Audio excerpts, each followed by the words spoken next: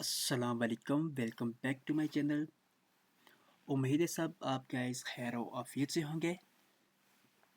आज की इस वीडियो में हम अपने नए लेक्चर सब्जेक्ट यानी कि डेटाबेस मैनेजमेंट सिस्टम CS4NET3 का स्टार्ट करने जा रहे हैं। फाइनल टर्म की प्रिपरेशन हम शुरू करेंगे। तो चलिए हम शुरू करते हैं database management system CS4NET3 final term preparation, जो कि हमारा है लेक्चर 19 से 45 तक। तो लेट्स स्टार्ट करते हैं। हमारा चैप्टर आज का है जी लेक्चर 19 में देखते हैं जी। ओके, चैप्टर 19 ये रहा हमारा।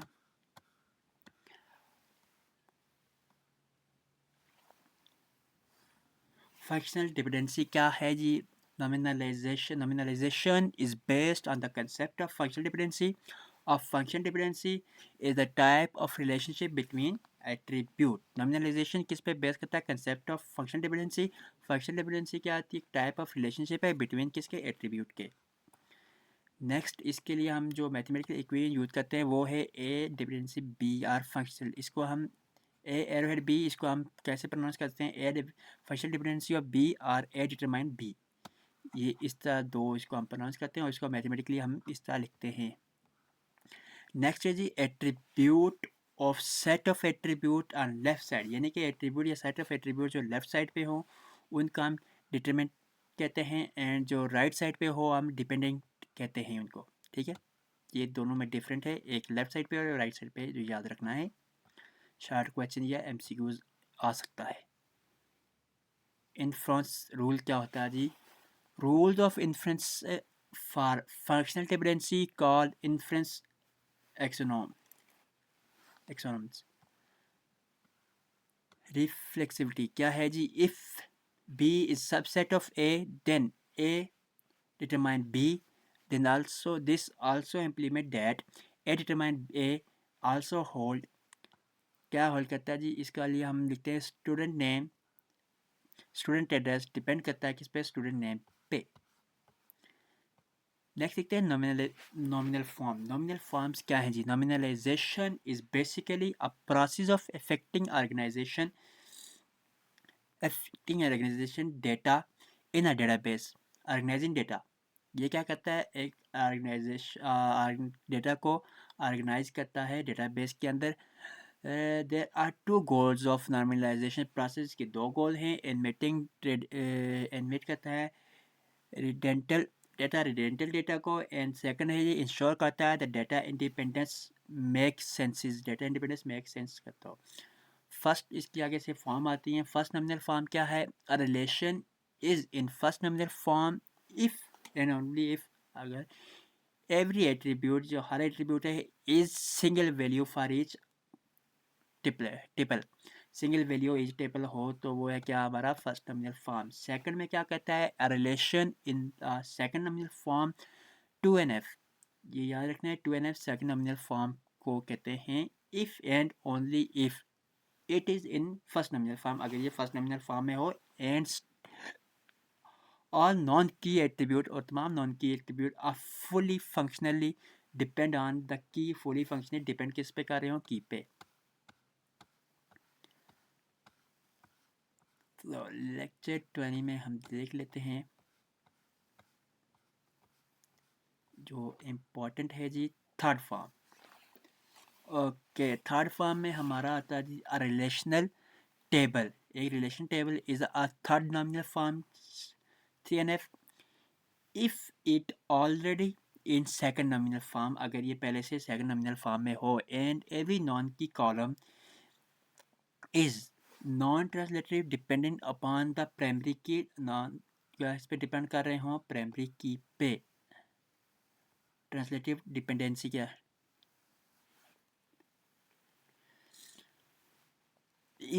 is one that carried over an other attribute, जो कि एक कैरी करती है दूसरे एट्रीब्यूट को। ट्रांसलेटिव डिपेंडेंसी अक्कर कब अक्कर होती है? When one non key attribute determine another non key attribute. जब एक नॉन की एट्रीब्यूट डिटरमाइन करता है किसको? सेकंड दूसरे नॉन की एट्रीब्यूट को। नेक्स्ट है जी Boyce Codd nominal form. Boyce Codd nominal a relation is in bicoordinate form if and only if every determinant is candidate की। अगर हर क्या हो कैंडिडेट की हो, इसको हम लिखते हैं BCNF बाइसी कोऑर्डिनेट फॉर्म। नेक्स्ट हम देख लेते हैं जी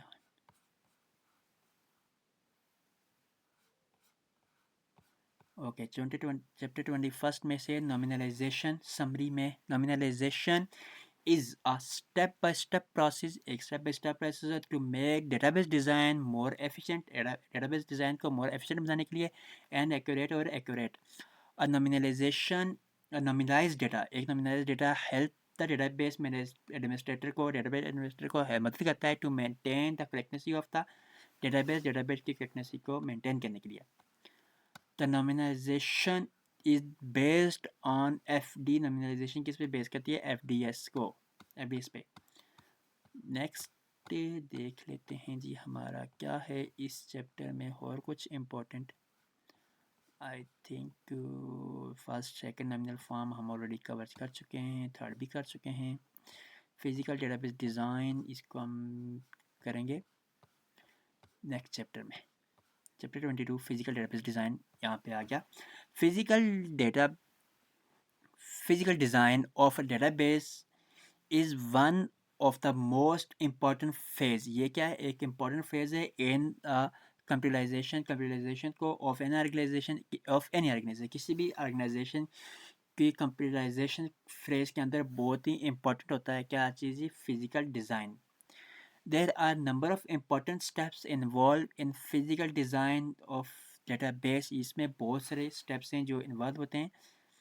वैसे तो हम यहाँ तक ही कवर करेंगे। अगर अक्सर अगर पास टाइम लॉन्ग क्वेश्चन में आ भी सकता है और इससे पहले नहीं आया, लेकिन अगर आ जाए तो हम स्टेप्स को आपने याद कर लेना है। जो स्टेप्स हैं वो ये हैं कि नॉमिनलाइजेशन ऑफ रिलेशन, यहाँ से आपने देख लेने ये स्टेप्स कुछ 1 2 3 4 5 एंड 6 अगर ये आ जाए।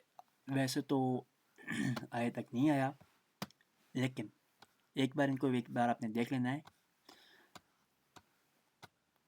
फील्ड क्या है जी? डिज़ाइनिंग फील्ड क्या है जी? अब field is a smallest unit of application design recognize by system software. Field क्या जी? एक स्मॉलेस्ट यूनिट ऑफ एप्लीकेशन है जो कि सिस्टम सॉफ्टवेयर की मदद से रिकॉग्नाइज किया जाता है। Four major objectives are using data type when specifying attribute in a attribute. Four major objective जब हम किसी database डिज़ाइन को स्पेसिफाई करते हैं एट्रीब्यूट के अंदर, क्या है जी? Give as under maintain usage of strong space, represent all possible value, improve data integrity and supports all manipulation. ये 4 steps आपने याद रखने हैं। नेक्स्ट देख लेते हैं जी हम कुछ डिफिनेशनें हैं। डिफ़ॉल्ट वैल्यू में क्या है? Default value are the value which are associated with a specific attribute and can help us to reduce the chance of inserting incorrect value in attribute space. क्या कह रहा है कि डिफ़ॉल्ट वैल्यू हमें क्या कहती है? स्पेसिफिक एट्रीब्यूट प्रोवाइड करती है जिसमें हमारी हेल्प करती है ताकि हम क्या करें? रिड्यूस कर सकें चांस को किसके इंसर्टिंग इनकरेक्ट वैल्यू को इंसर्ट करने की। रेंज कंट्रोल क्या है? Range control implemented over the data can be very easy achieving by using any data type.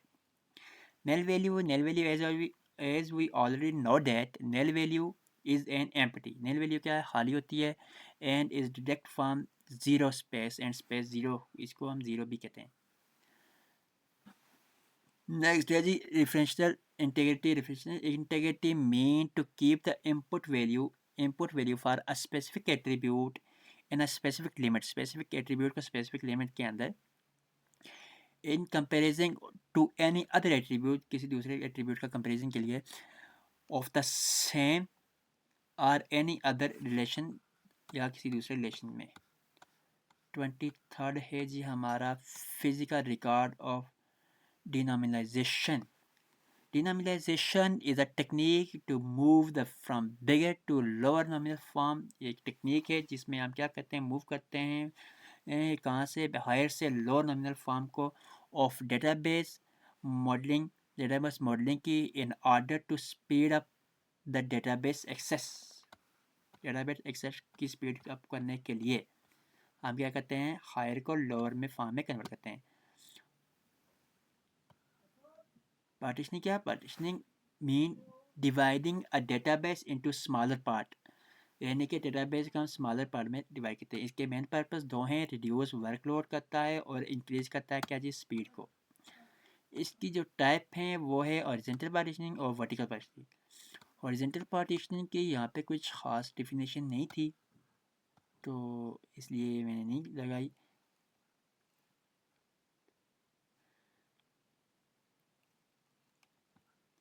Okay देख लीजिएगा आप। तो नेक्स्ट देखते हैं रेंज पार्टीशनिंग क्या आती है। Is a type of partitioning range is imposed on any particular attribute। Hush partitioning क्या है, ये एक टाइप है किसके अंदर, हॉरिजॉन्टल पार्टीशनिंग की। In this type of particular algorithm, इसमें पार्टिकुलर एल्गोरिदम है, इज अप्लाई किया जाता है, and database administrator system noun that algorithm, और डेटाबेस एडमिनिस्ट्रेटर सिस्टम जो इसको क्या जानता है कि ये एल्गोरिदम है। लिस्ट पार्टीशनिंग क्या आती है, in this type of partitioning the value are specified for every partition, for every partition। Next है जी हमारा चैप्टर 24 में है हमारा जो वर्टिकल पार्टीशनिंग क्या होती है। Vertical partitioning is done on the basis of attribute. इतना भी काफ़ी है कि वर्टिकल पार्टीशनिंग किस पे डिपेंड करती है, बेसिस ऑन एट्रीब्यूट, एट्रीब्यूट के ऊपर। रिप्लेसेशन यह क्या है, the process of copying a partition of data base from one environment to another, किसी एक एनवायरनमेंट से दूसरे एनवायरनमेंट में कॉपी करना। Keeping subsequence copy of the data in synchronize with original source के साथ ही। Clustering field, clustering is a process which means place record from different table to place in adjust physical location called cluster। ठीक है, summarise देख लेते हैं जी। Database design क्या चीज़ है। Database design is a process of transferring a logical data model into a actual physical database. क्या है, एक database design is a process है, ट्रांसफ़र करता है लॉजिकल डेटा मॉडल को किसके अंदर, एक्चुअल फिजिकल डेटाबेस में। कुछ और चीज़ें, standard query language SQL. SQL is an ANSI standard computer language, एक एएनएसआई स्टैंडर्ड कंप्यूटर लैंग्वेज है for assigning and manipulating, assigning और मैनिपुलेटिंग के लिए ऑफ डेटा, मैनिपुलेटिंग डेटाबेस को। इसका जो करंट वर्जन वो आ रहा है एसक्यूएल 92। ठीक है, बेनिफिट स्टैंडर्ड एसक्यूएल, इसके बेनिफिट क्या हैं, reduce training cost, application probability होती है, एप्लीकेशन लॉन्गिविटी, और रिड्यूस करता है dependency on a single vendor. 25 में है जी rules of SQL format. SQL at its simplest, SQL its simplest है क्या, इज़ अ बेसिक लैंग्वेज, एक बेसिक लैंग्वेज है that allow you to talk to database के साथ बात करने के लिए, एंड एक्सट्रैक्ट यूजफुल इंफॉर्मेशन, के लिए विद एसक्यूएल से यू कैन रीड। हम एसक्यूएल की मदद से हम क्या करते हैं, read write and remove information from database. ये इंपॉर्टेंट चीज़ है, लाइन इसको याद रखना है कि एसक्यूएल की मदद से हम क्या कर सकते हैं, रीड राइट एंड रिमूव क्या कर सकते हैं, information from database. Number second पे हमारे पास आता है D D L, data definition language. ये हमारे पास पेपर में आ चुका है और 90% चांस है कि हमारा ये फाइनल में भी आए। DDL दो चीज़ होती हैं, एक DDL होता है और एक DML होता है, डेटा मैनिपुलेटिंग लैंग्वेज, और दूसरा DDL होता है data definition language. Data definition language contain a command, इस पे command contain a command that use किस लिए कमांड यूज़ करते हैं, create and destroy database and database object. DDL किस लिए यूज़ करता है, हमारे यूज़ करते हैं हम क्रिएट और डिस्ट्रॉय करने के लिए डेटाबेस एंड डेटाबेस ऑब्जेक्ट को।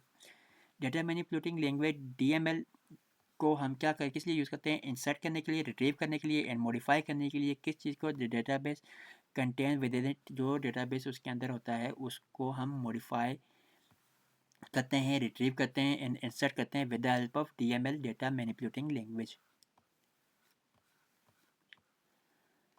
इंटीजर में हमारे बिग इंट होते हैं, स्मॉल होते हैं, टेनी इंट होते हैं। बाइट में हमारे पास न्यूमेरिक एंड नॉन डेसिमल होते हैं, sorry numeric and decimal. Decimal हमारे होते हैं जी, टेक्स्ट होता है हमारा, करेक्टर होता है हमारा, मनी होता है हमारा, फ्लोटिंग पॉइंट में हमारे पास फ्लोट और रियल होता है, डेट में होता है स्मॉल डेट होता है, डेट एंड टाइम और डेट एंड टाइप। ये हमारे प्रोग्रामिंग के हैं। सो